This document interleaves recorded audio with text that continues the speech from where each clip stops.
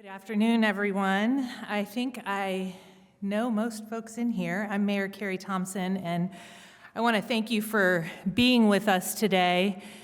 As you all probably already know, I ran on a housing platform, and for most of my professional life, I have worked on the issues of affordable housing here in Bloomington. Housing is fundamental, and we in Bloomington have both challenges and opportunities in front of us.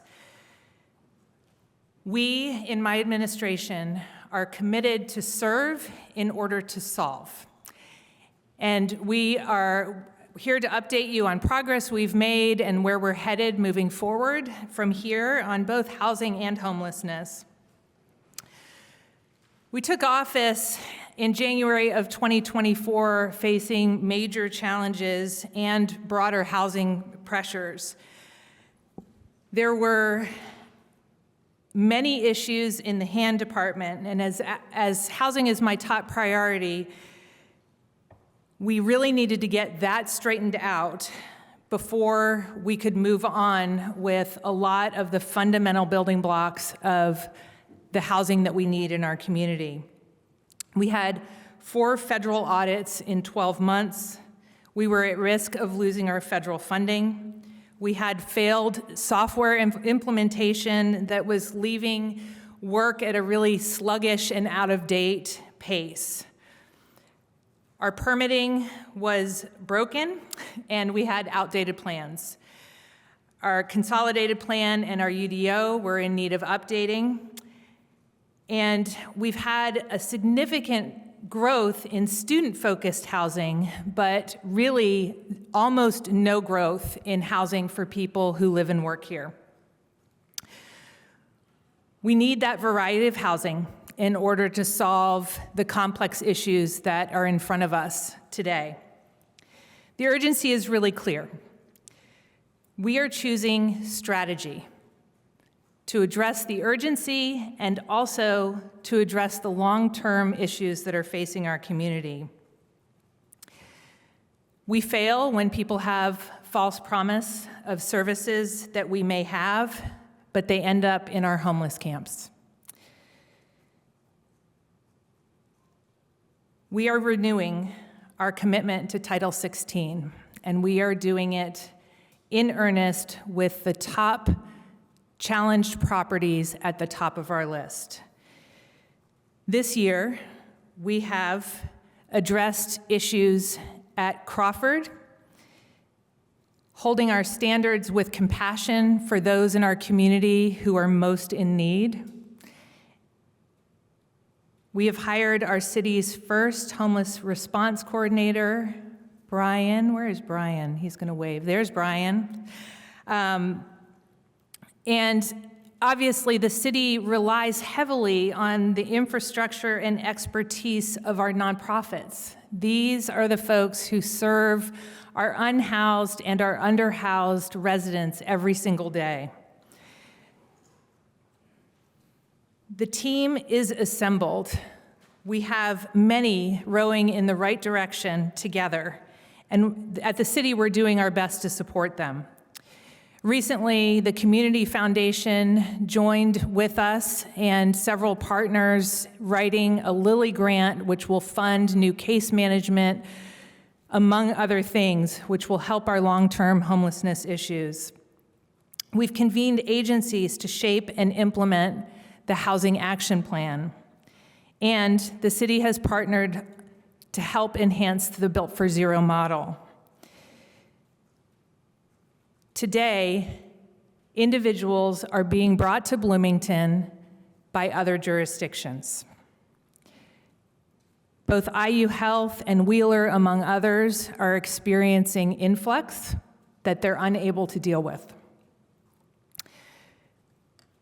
I understand now that Heading Home has removed its residency requirement in the Housing Action Plan, which was set to be implemented this spring. I disagree with that choice.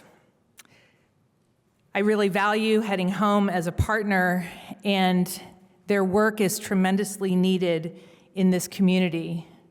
We need them to be successful so our community can be successful. But I want to tell you what happens when we do not draw boundaries around who we can and cannot serve. The safety nets that we have in place have become flooded. And that flood is happening in a multitude of ways. But recently, just as an example, an individual was at IU Health here at our regional hospital and academic health center, which we are extremely proud of. That individual needed medical care for 20 days, having come from Avon. At the end of that 20-day period, that person had nowhere to go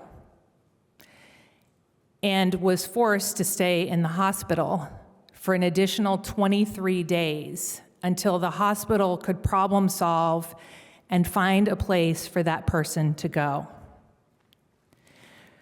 Part of the Heading Home plan, which will be incredibly valuable to our community once implemented, is for medical respite. But it's important, especially as we house a regional academic health center and hospital, that everybody being discharged from the hospital is not expected to come to respite that will, I anticipate, already be overtaxed. We need medical respite for people who otherwise would be living in this region. Likewise, we continue to meet people on the streets who are not from our region. HUD has a multi-county region that Heading Home and our housing service providers have committed to serve. That enables us to take care of folks who are from more regional areas that may not have services. But at this point, our community is not serving anyone well if we are not able to get our heads above water in order to truly end the cycle of homelessness for the residents who are from our HUD district. We will continue to collaborate with Heading Home and all of the other service providers, and we're deeply grateful for all that they do. But I am calling on our communities outside of Bloomington and outside of our HUD region to cease transferring individuals to Bloomington if they are not from here. They need to be close to the safety nets that they already have. And by dropping them off here, they end up in encampments and they lose any tie at all that they have to their families and friends who may be able to house them. This is leading to long-term homelessness for several individuals that we know. My promise is to continue partnership with other jurisdictions, to share our best practices, to learn from theirs, and to see how we can collaborate for a broader plan that seeks to serve the unhoused residents of Indiana. In Bloomington, though, we need to coalesce around a system that serves our residents, all of them. When I was parenting, I learned this phrase. I guess I'm still parenting, once a parent, always a parent. But I learned this phrase that you can't teach a drowning person to swim.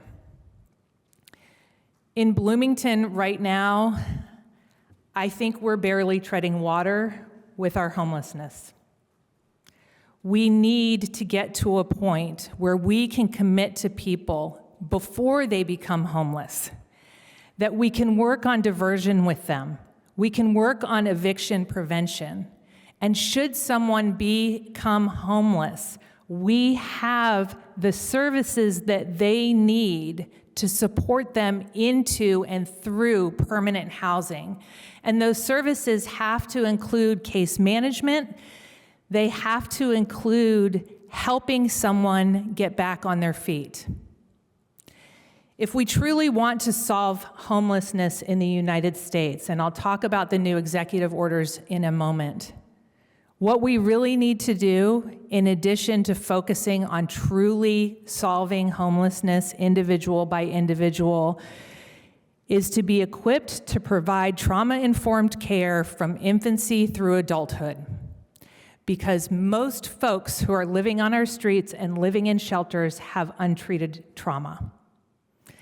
This is a whole cloth community approach that we need everyone committed to. This can work,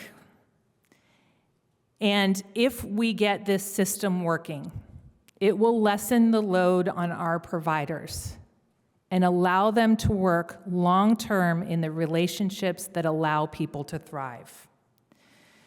The new executive order that came out last week shows us a national shift. It shows us a call for more enforcement and less autonomy. HUD and the HHS are going to defund Housing First and harm reduction. We don't agree with these policies. We know people need to have a decent, stable roof over their heads in order to truly thrive. And once they have that roof over their head, we can't stop there. Housing First cannot be only housing. It has to be housing and services. We cannot effectively arrest our way out of the homeless problem, even if we thought that was the right thing to do. Let me tell those of you who have not worked on this issue in the past, if you arrest people, they will end up in our jail perhaps overnight, and then they'll be back out on the streets. They then will have a record that will cause them to be much more difficult to be housed. This will perpetuate the issue of homelessness, not only in Bloomington, but throughout the United States. That said, we did make some arrests at seminary last week, and we made more arrests this week, today. We are taking a stand against the dealers that are in our community that really are preying on people who are vulnerable at this point. People who have substance use disorder, and they're finding ways to make money, and it's creating a lack of safety in our community, but most importantly, it is causing extreme challenges and much more difficult lives for those who are the most vulnerable in our community. Homelessness is solvable. It is truly solvable. And I think in 2025, many of us think that this is an intractable problem that is never going to go away. We can and we will get to virtual zero homelessness. If any community in this country can do that, it's Bloomington, Indiana. We have the generosity of heart, we have the creativity, and we have the resources that if we commit to a systems-wide approach, we can solve homelessness. My administration will continue to lead with love and compassion, and also with clarity in what participation looks like and how to get the help and services that folks need in order to completely thrive.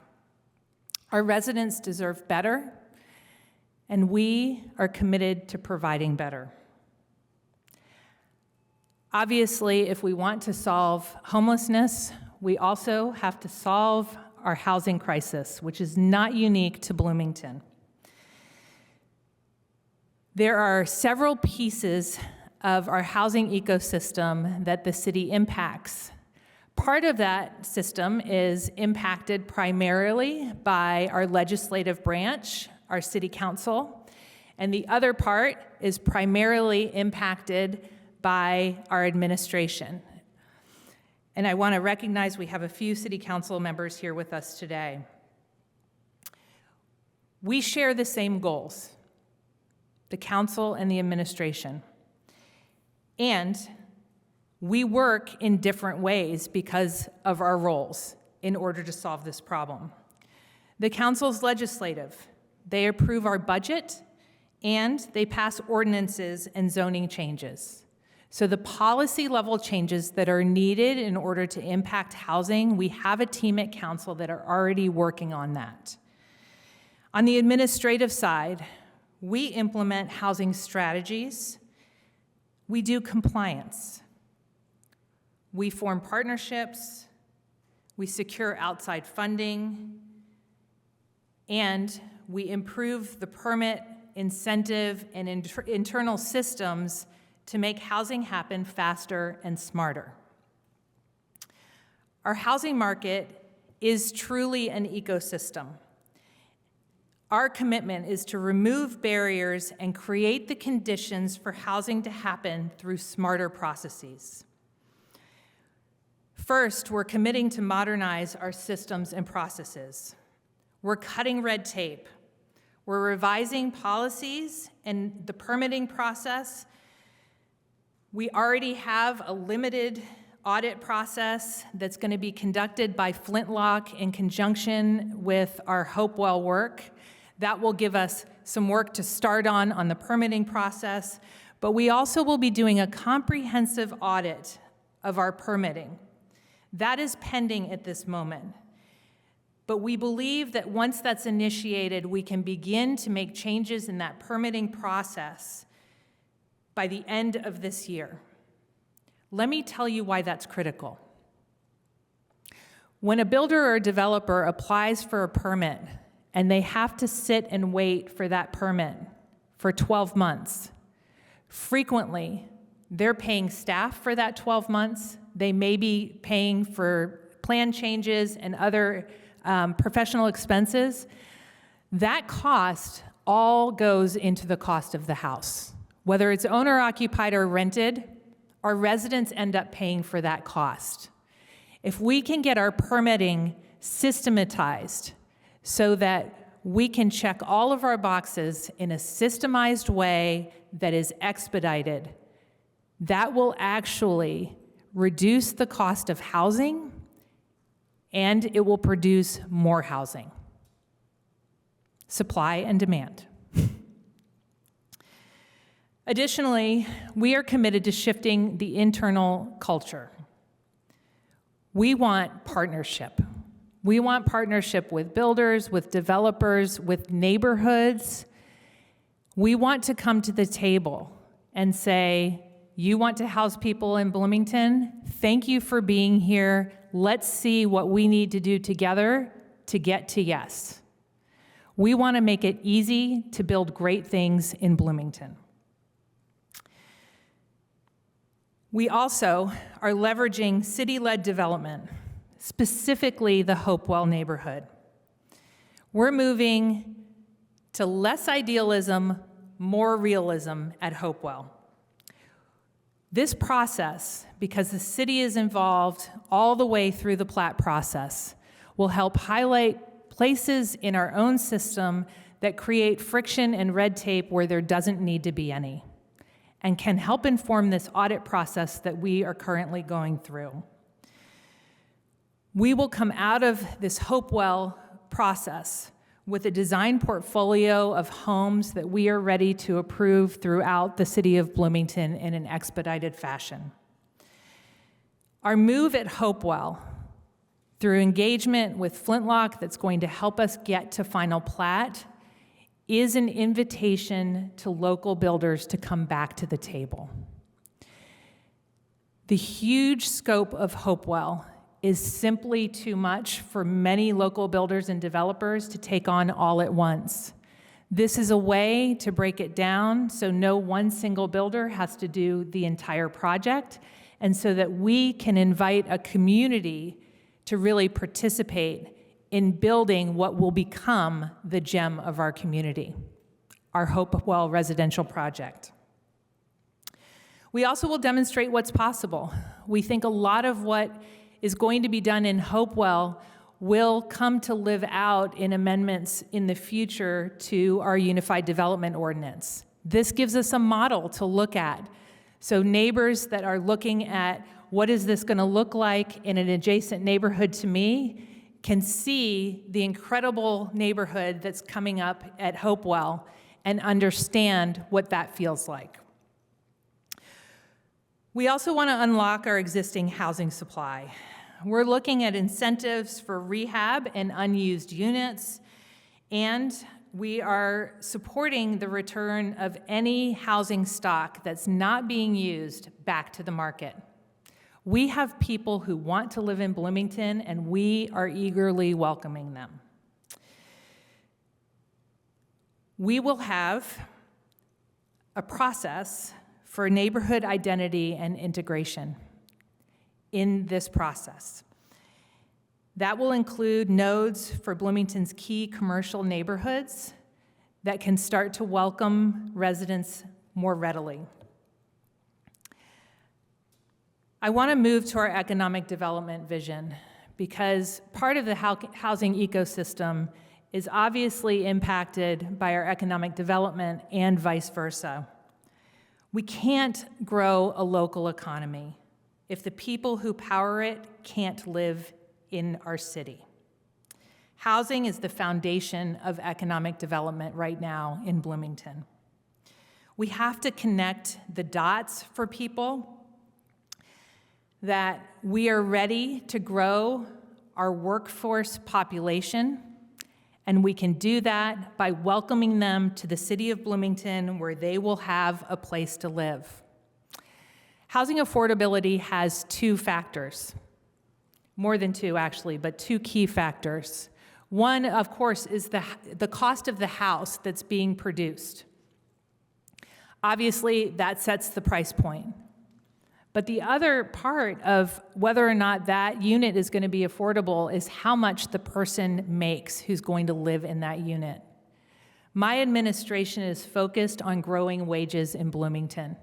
We're doing that through strategic partnerships that are happening at the Trades District and beyond, and we're committed to ensuring that we have wage growth throughout the city of Bloomington. I want to also highlight the enforcement of our Title 16 that we've been doing. Before I ask cabinet members to come up. Over the past few months, we have done some significant enforcement, not only at Crawford Apartments, but with one landlord in particular. This is important because we have existing housing stock that is not safe or healthy to live in.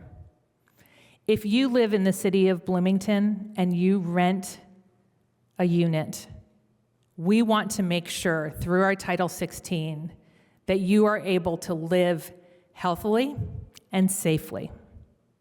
We have filed against both of these property owners to remove their rental permits if they cannot bring things back into compliance.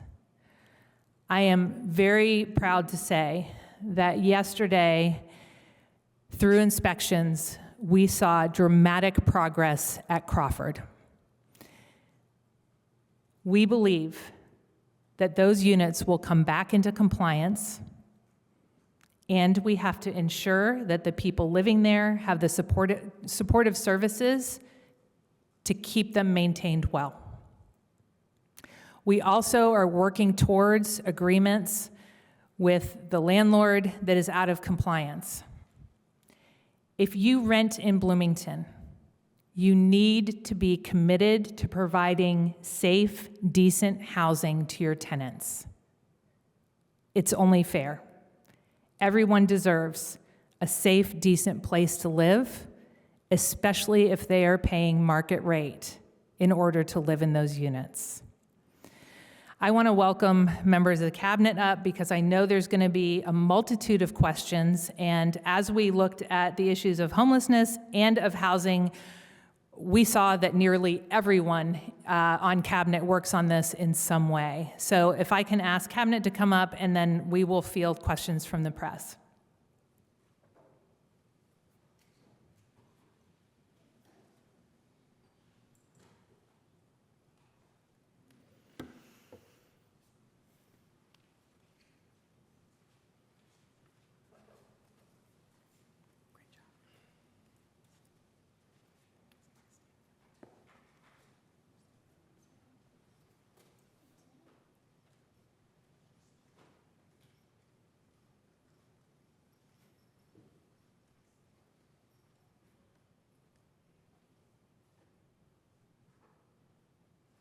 Who's ready?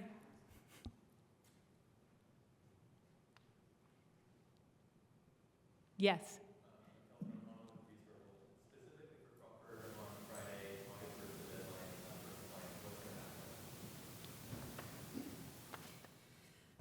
We're taking that on a step-by-step basis at this point. They do have an August 1st deadline for compliance. We believe that they will likely get there, but we're undergoing inspections today as well at a different building, so we'll see what the results are at that point, but we're going step by step. There is a current lawsuit in place, so August 1st was their date to cure, so it will proceed if they cannot comply.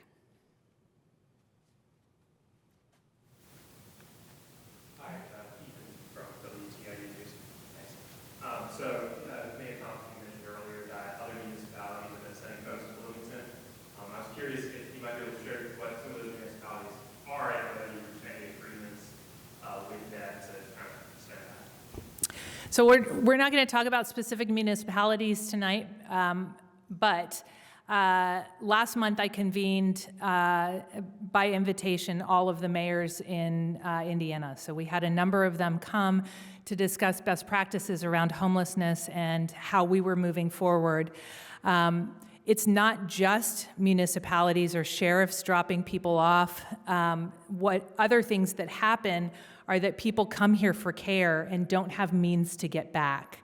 So they may come for some kind of rehab, either physical or substance use. They may come to our hospital. And so it's important that we have means to get them back. I want to highlight at this point that Stride, which is our crisis center run by Centerstone, which is here on Morton Street, it is open 24 hours, 7 days a week. They have a reunification fund.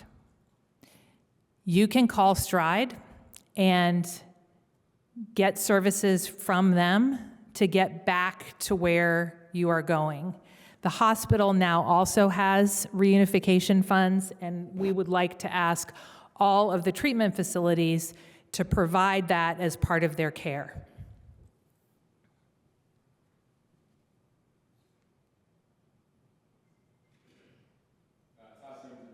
You mentioned earlier that the law enforcement activity at some of your departments not targeting the population itself, but the business. How much of a difference do you hope that moves like this can make for integrated? Our goal is really to very clearly state that we won't tolerate any of those predators. Our work is to serve people who are truly in need and to help keep them safe. And so we will keep doing it until folks get the message that we're not open for that kind of business here.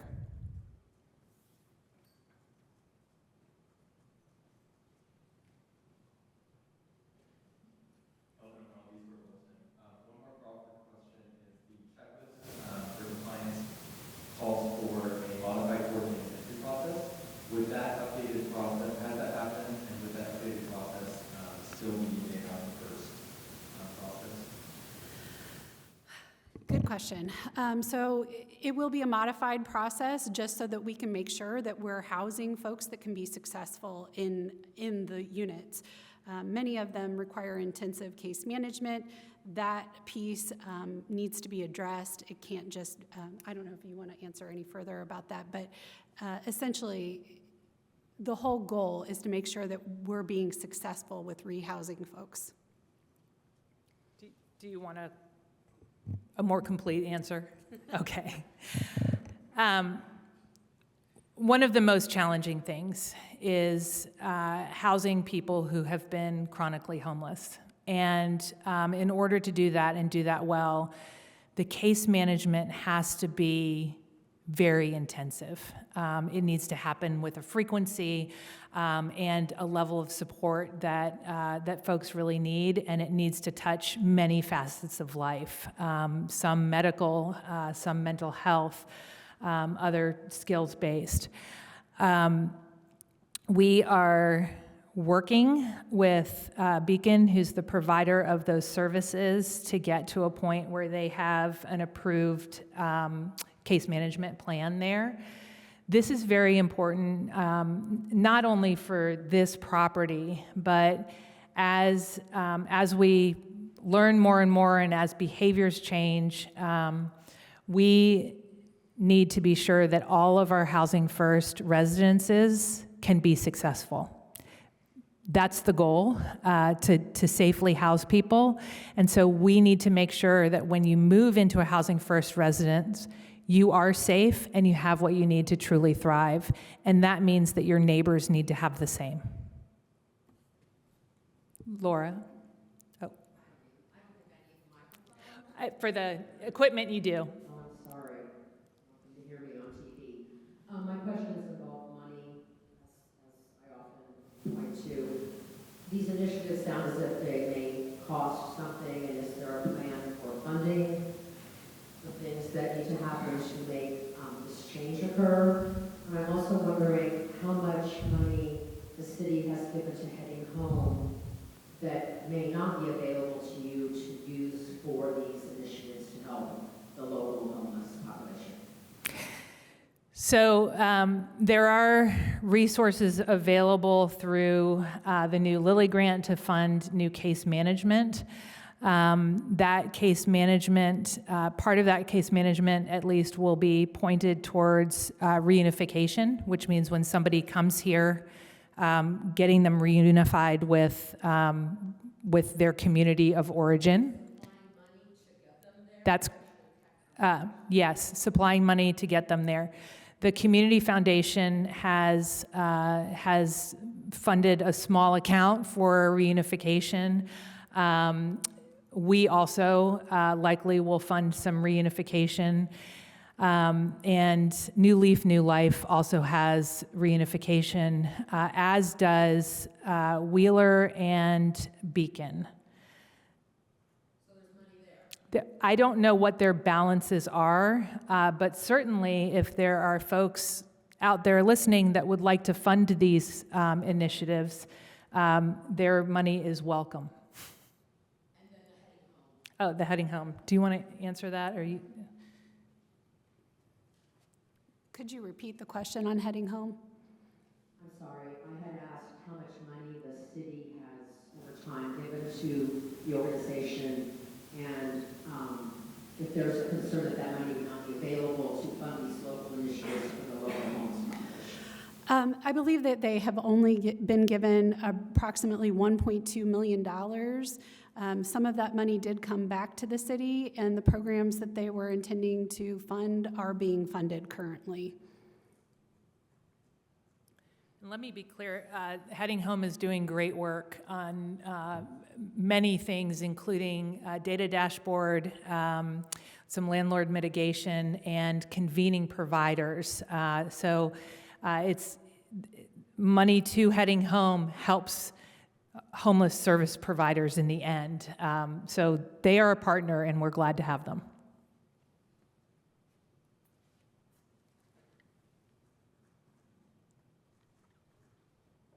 Hi, Jonathan Fry, Indiana student. Nice to meet you. But my question is multi-part. First of all, you mentioned some arrests that took place earlier this morning. There might have been a press release that I just didn't see, but can you go into any further detail on those? Also, has the city planned or identified any further places, areas, or individuals that would be targeted for future arrests? And finally, is there any thought or concern about how increased police activity might affect So we are committed, excuse my voice, I'm fighting a sinus infection. We're committed to trying to keep these vulnerable communities safe.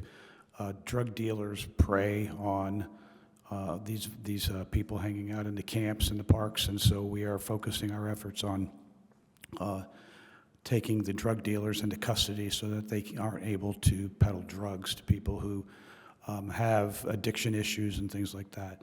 We will continue to focus on those areas, and we will continue to make arrests to try to stop this predatory behavior. And this morning, were those arrests also in Seminary Park? I'm sorry, what? This morning, the arrests that were made? No, they were made from an area down by Crawford Apartments. Okay, thank you.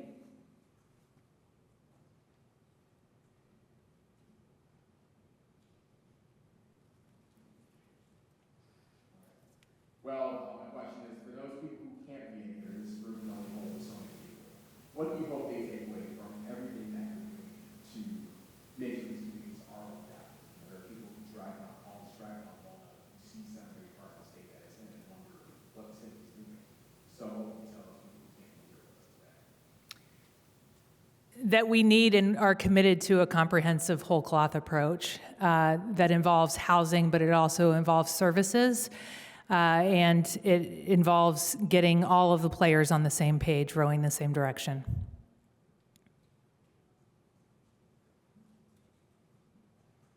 Chairman, Bloomington, can you define what affordable housing is? How much somebody has to make this town to be able to afford the housing?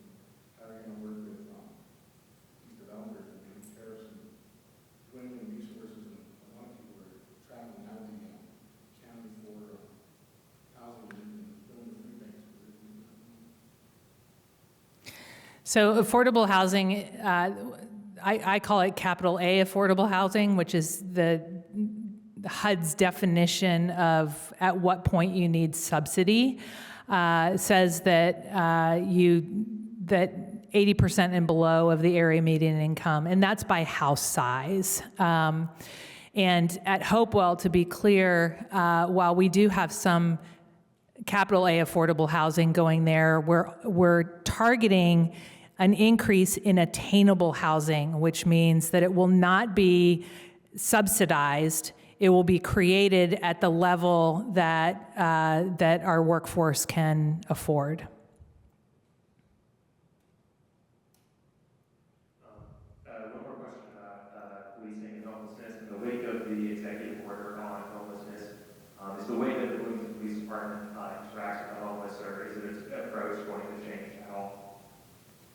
The details of the executive order are still forthcoming, but you know, our plan and our commitment of our entire administration is that we lead with dignity and compassion first. And we have one of the most highly trained police forces in the state, if not the country, at de-escalation. And I'm incredibly proud of our police and the way that they interact with all people, whether they're housed or not. And we're committed to continuing the processes that work in our community. Do you want to say anything further?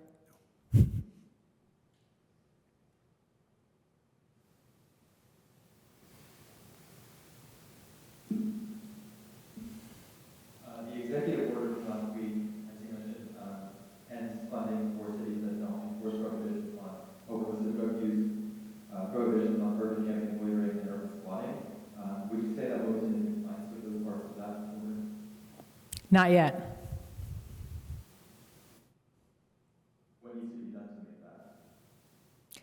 Again, the details of that order are still forthcoming, so we're going to have a hard time understanding what that means. But just guessing what that means, I anticipate that it is illegalizing sleeping outside, and I'm not really sure how you enforce that. I have a question about eviction of impairments. So, Can you tell us what media source you're with? oh, I'm with WHE. Thank you. The city has issued evictions under the last administration, some under Hamilton and your administration. And, we talked to some homelessness advocates, some who say, leaving encampments where they are, there might be benefits to that. I'm just curious, what is the city's rationale when it comes to evicting encampments, and if there's any plans for evicting encampments? Yeah, so we base our decisions on safety first, and when an encampment becomes unsafe, we do our best to give a 30-day notice, depending on the details of that safety violation.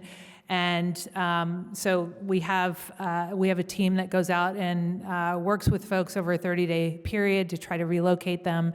And most folks move on their own. My goal as mayor is to be able to tell everyone who's sleeping outside, who's from here, that we have a place for you to sleep inside tonight. When we can do that, we will have no problem enforcing an executive order. We have to have the structure and the resources in place in order to get to the end goal. I want to highlight, too, that the executive order also calls for better and long-term mental health care. I'm not clear on what the Trump administration's plan is for providing that, but I couldn't agree more. As long as it's compassion-based and evidence-based care, this is needed. It's needed for all ages in our community and in all communities throughout the nation.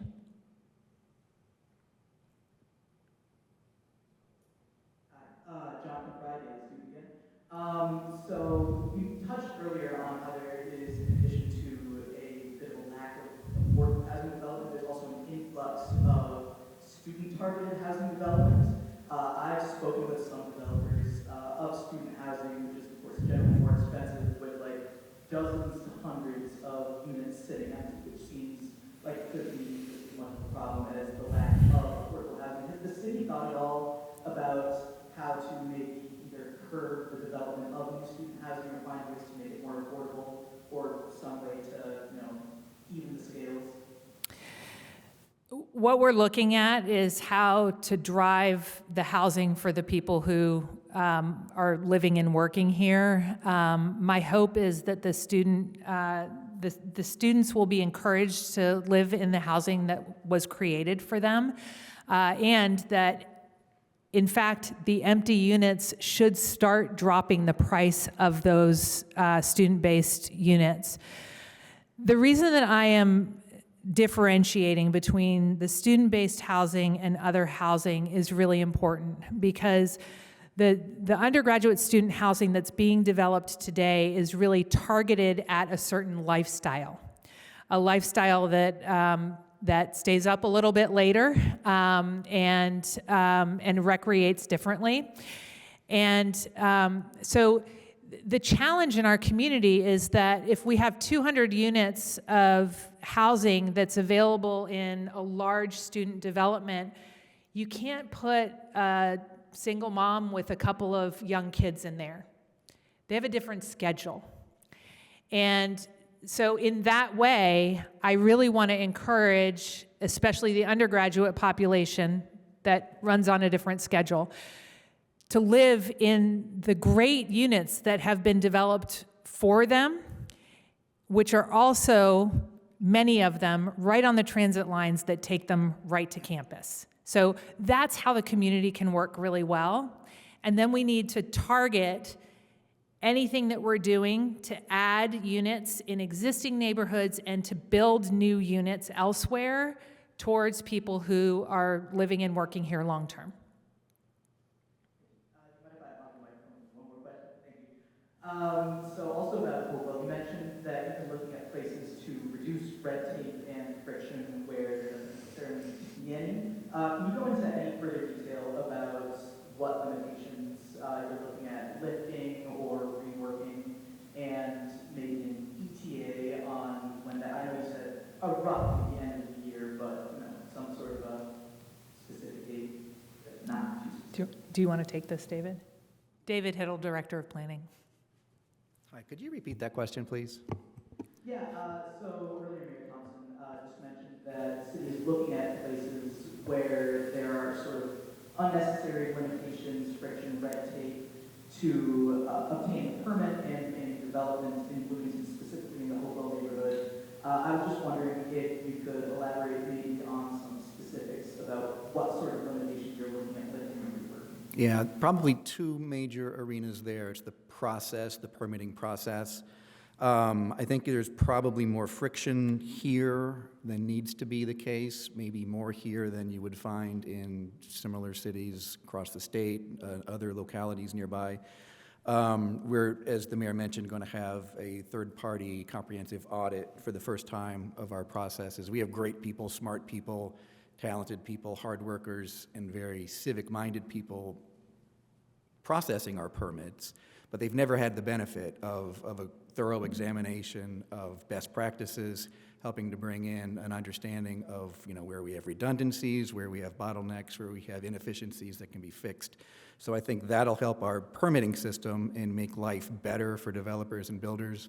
That's one arena. The other arena is the Unified Development Ordinance, which is our zoning ordinance, which tells you how you can build, where you can build it. And I think that it makes it relatively easy to build a house, a conventional house. It makes it relatively easy to build a massive student apartment complex.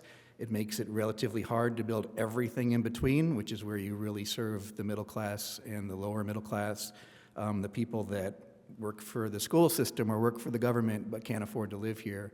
And so we want to take a close look at those restrictions that probably shouldn't exist and find out how to remove those, how to tailor them so that they're less obstructive.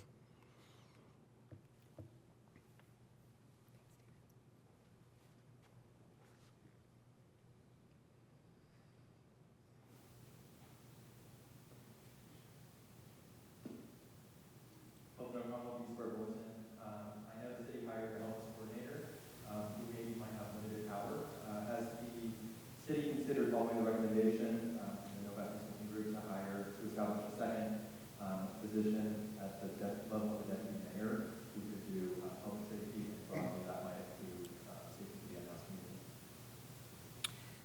So we have hired a homeless response coordinator, as you noted. With SEA 1, we are not in a position to add additional staffing. Brian, our homeless response coordinator, is doing a phenomenal job. That really is a coordination effort so that we can get all the parts of the city, you can see how many, that touch the unhoused challenges in some way together on the same page, and we know what each other are doing, but we're also reaching out to the organizations that are either serving folks that are unhoused or, as is the case right now, he's doing a lot of outreach to folks who may be unknowingly releasing people that end up in camps without services.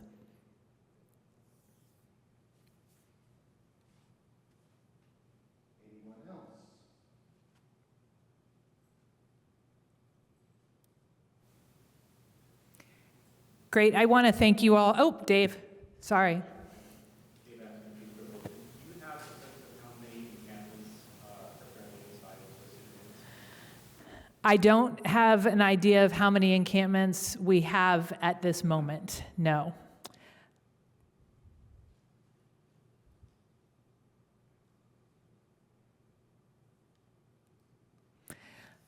Other questions? Yes, Jeremy. You're getting your steps in today, Kelly. Can you give us the statistic for what the average salary needs to be to afford the average rent in the city? There you go, $22.85 per hour. Anna might be able to back me. So the Prosperity Indiana releases an annual housing wage report for the state every year. Bloomington always winds up on the top 5. We're actually at position number 4, which is lower for us. I believe it's $22.85. It might be $23.85 The other municipalities are in $24 to $25 range. How many jobs in the city out of the statistical group data? In the City of Bloomington organization or our community? In our community, How many jobs in our community pay? enough to be able to afford the advertising? That's a great question. So I think that we would have to work backwards into the AMI data that Mayor Carey was mentioning when talking about affordability. Do you know what our average four-person? I don't. I know that our median house price right now is around $379,000. And That $22.85 does not buy you $379,000.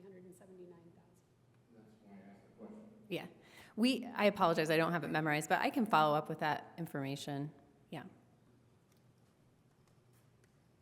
One more statistical question since we're on the topic. Does anyone have an estimate of how many people are experiencing homelessness in Bloomington right now? Heading Home did a recent survey, and we do not have that data yet, but I imagine the place it's going to be released is on the Heading Home website. So we're grateful to them for their work on that.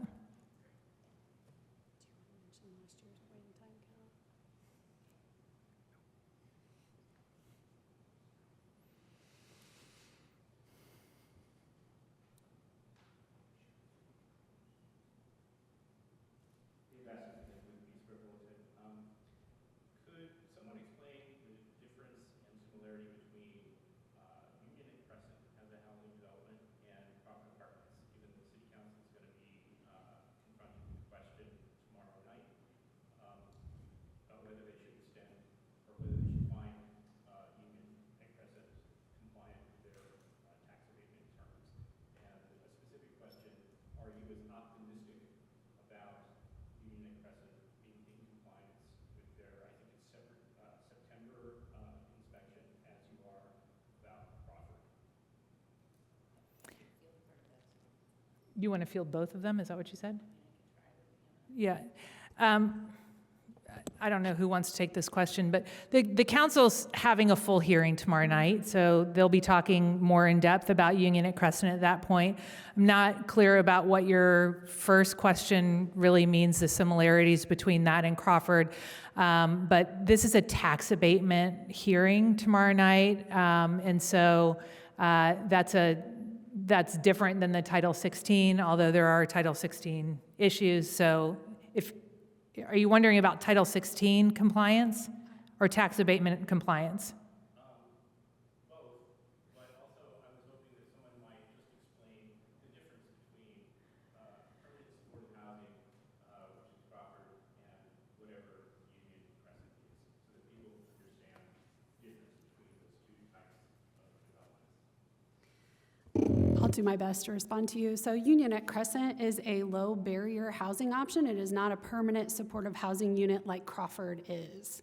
So they're two very different things. It has to do with who they are housing. Union at Crescent is not just dedicated for permanent supportive housing though. And Jane, do you have anything else to add? I think you'll hear all about the abatement, the tax abatement issues tomorrow night. Okay, we're going to wrap this up. I want to first extend my thanks to the media. We value you so much in Bloomington, and we are so glad that we have such a robust crowd of journalists here. We appreciate you helping us get the word out about this very complicated challenge and our optimism for coming together to really heal the challenge. I want to reiterate, if there is any community in the United States that could solve homelessness, it's Bloomington, Indiana. We can do it. We have some hard choices to make. Thanks for coming today.